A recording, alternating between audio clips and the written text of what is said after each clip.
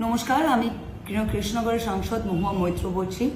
আমি সবাইকে সচেতন করতে চাই এবং আপনাদের অবগত করতে চাই যে ভারতবর্ষের বিভিন্ন বিজেপি শাসিত রাজ্যে বাংলা ভাষা বিরোধী একটা আন্দোলন চলছে এবং যারা বাংলা ভাষী, যেই বাঙালি পর্যটক এবং বাংলার পরিযায়ী শ্রমিক যারা বিজেপি শাসিত রাজ্যে রাজস্থান, মহারাষ্ট্র, উড়িষ্যায় আছে, তাদের ওপর আক্রমণ করা হচ্ছে। রাজস্থানে 300 থেকে 400 বাঙালি পরিযায়ী শ্রমিক যারা ওখানে কাজ করে, বিভিন্ন ইন্ডাস্ট্রিতে কাজ করে, তাদের কুচবিহারের ইটাহারের মানুষ তাদের একঘরে করে রেখে অত্যাচার করা হলো।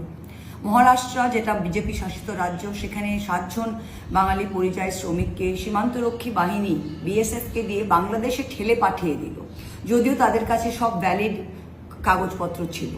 পশ্চিমবঙ্গ সরকার আবার তাদের নিয়ে রক্ষে করে নিয়ে এলো। এখন দেখা যাচ্ছে উড়িষ্যায় প্রথমে মালদা জেলার, তারপর মুর্শিদা জেলার, বিভিন্ন জেলার মানুষকে, যারা পরিযায়ী শ্রমিক উড়িষ্যায় বহু বছর ধরে তারা কাজ করছে। গত 1 বছর ধরে উড়িষ্যায় বিজেপি শাসন হয়েছে। এখন দেখা যাচ্ছে বহু উড়িষ্যার জেলায় এবং ভদ্রক, জগৎসিংপুর, পারাদ্বীপ পোর্টের কাছাকাছি, কটক এলাকার আশেপাশে দেখা যাচ্ছে যে বাঙালি যারা বাংলা ভাষা বলছে তাদের উপরেই আক্রমণ করা হচ্ছে, তাদের উপরেই অত্যাচার করা হচ্ছে, তাদের বাংলাদেশি বলে একটা তকমা দেওয়া হচ্ছে। আমি একটা প্রশ্ন করতে চাই এবং সবাইকে এই প্রশ্ন বিজেপির কাছে করা উচিত যে আপনারা যে বাংলা ভাষাকেই ভালোবাসতে পারলেন না, যে বাংলা ভাষা যারা বলছে, যে বাঙালি আপনাদের রাজ্যে আছে তাদের উপর আক্রমণ করছে, যারা বাঙালি তাদের আপনারা বাঙালি হাটাও বলে একটা আন্দোলন চালাচ্ছেন বিজেপি শাসিত রাজ্যে, আর এদিকে অন্যান্য রাজ্যের বহু শ্রমিক, বহু মানুষ অনেকশো বছর থেকে বাংলায় বাস করে, তাদেরকে কিন্তু বাংলার মানুষরা ভালোবাসার সাথে নিজের রাজ্যে সবাই একে অপরের সাথে ভালোবেসে একটা ভালো অ্যাটমসফিয়ারে বাস করছে।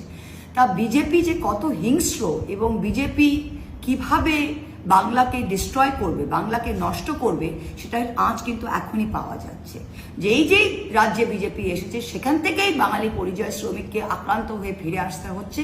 খেটে খাওয়া মানুষ, দিনমজুরি মানুষ, তাদের উপর আক্রমণ করা হচ্ছে। কেন?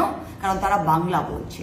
যারা বাংলা ভাষাকে ঘেন্না করে, যারা বাঙালিকে ঘেন্না করে, তাদের সম্পর্কে বাংলার মানুষকে সচেতন হওয়া উচিত এবং এই বিজেপিকে এবার দূর হটাও বলে আন্দোলনটা করা উচিত।